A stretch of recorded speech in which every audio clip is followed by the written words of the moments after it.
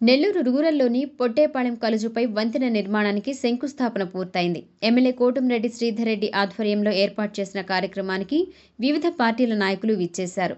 MP Vemireddy Prabhakar రెడ్డితో పాటు MLC బీద రవిచంద్ర, బీజేపీ నెల్లూరు జిల్లా అధ్యక్షులు వంశీధర్ రెడ్డి, కాంగ్రెస్ పార్టీ అధ్యక్షులు కిరణ్ కుమార్ రెడ్డి, సిపిఐ నేత పంజుల దశరథరామయ్య, సిపిఎం నాయకులు నాగేంద్ర సాయి, జనసేన నాయకులు చంద్రశేఖర్ తదితరులు ఈ కార్యక్రమంలో పాల్గొన్నారు. కార్యక్రమంలో ఎంపీ వేమిరెడ్డి ప్రభాకర్ రెడ్డి మాట్లాడుతూ పొట్టేపాళెం కలుజు వద్ద వంతెన నిర్మాణం అనేది 30 ఏళ్ల కాలాన్ని పేర్కొన్నారు. శ్రీధర్ రెడ్డి కృషితో ఆ కల తీరబోతుందని తెలియజేశారు.